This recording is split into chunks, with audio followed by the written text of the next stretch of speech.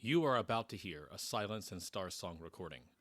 All Silence and Star Song recordings may summon ancient aliens or your local cryptids. Copyright to all works is held by the respective authors. Works are recorded and used with permission. Seniority by Misha Burnett. There's something wrong here. Mitch looked up from his phone. You're going to have to be more specific, he told the auditor. This says you've been issuing payroll checks to an employee of 108 years. Oh, Mitch nodded. You're talking about Chauncey. Chauncey Bledsoe, yes. The auditor pointed at a line on the screen of the computer in the Human Resources office. His hire date is listed as August 13th, 1914. Mitch nodded. Yeah, just after the Wharf Street power station opened. When they closed that down in 38, he moved to the Central Station. He's been there ever since. 108 years? The auditor grinned like he was waiting for the punchline. What's the story? Is this some kind of test data you leave in the files? No, he's real. Kind of screws up the seniority. I mean, by now he should have more vacation days than there are in a year, but he almost never takes a vacation. We just cut him a big check every August. You're telling me that you have an employee who's 108 years old? Oh, he's a lot older than that. He came here from Prussia just before the First World War.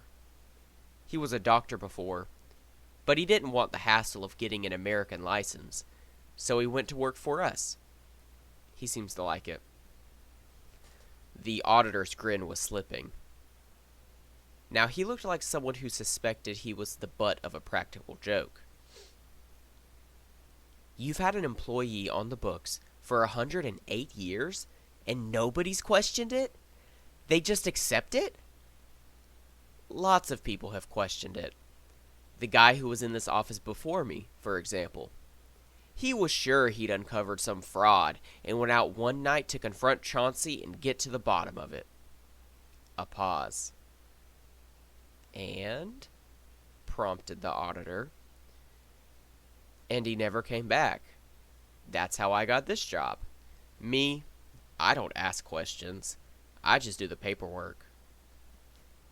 Are you going to tell me that he's a vampire? Mitch shrugged. I don't know what he is. I don't really want to know. He shows up, does his job, and I pay him. That's good enough for me. It is it? The auditor was starting to get angry. You just cut checks for an account that has been active for over a century? That's right. Well, it's not good enough for me. This has got to be a mistake. Mitch waved his hand at the ranks of file cabinets against the wall. You're welcome to look for a mistake. Those go back to 1980. The earlier records have been destroyed, except for Chauncey Bledsoe. He's got the bottom file drawer on the first cabinet. Goes all the way back to his hire date. Copies. Now the originals fell apart years ago. The auditor went to the bottom drawer on the first cabinet and opened it cautiously, as if expecting something to jump out at him. Instead, it opened smoothly, revealing a line of expansion files. Mitch went back to his phone and the game he had been playing. The auditor covered the desk with the contents of the file drawer. He sorted through the stacks of paper, glowering at Mitch. 45 minutes passed. Mitch beat his high score on the game, then closed it to check Facebook.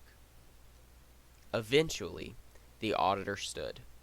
Look, I don't know what you people are trying to pull here, but this is a scam. Whatever it is, ends now. Eventually, the auditor stood. Look, I don't know what you people are trying to pull here, But this scam, whatever it is, ends now. I'm going to go see this Bledsoe character. Mitch checked the clock on his phone. He'll be at Central at 4 p.m.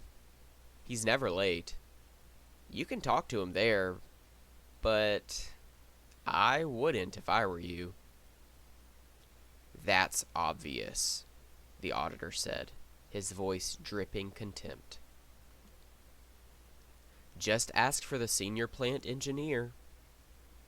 I'll do that, and if it turns out you had anything to do with this, you can clean out your desk. Mitch stood and offered the auditor his hand. Well, thanks for your time. The auditor glared and left without shaking hands. Mitch sighed and went to his desk to put the Bledsoe file back in order. The other man, he knew, wouldn't be coming back.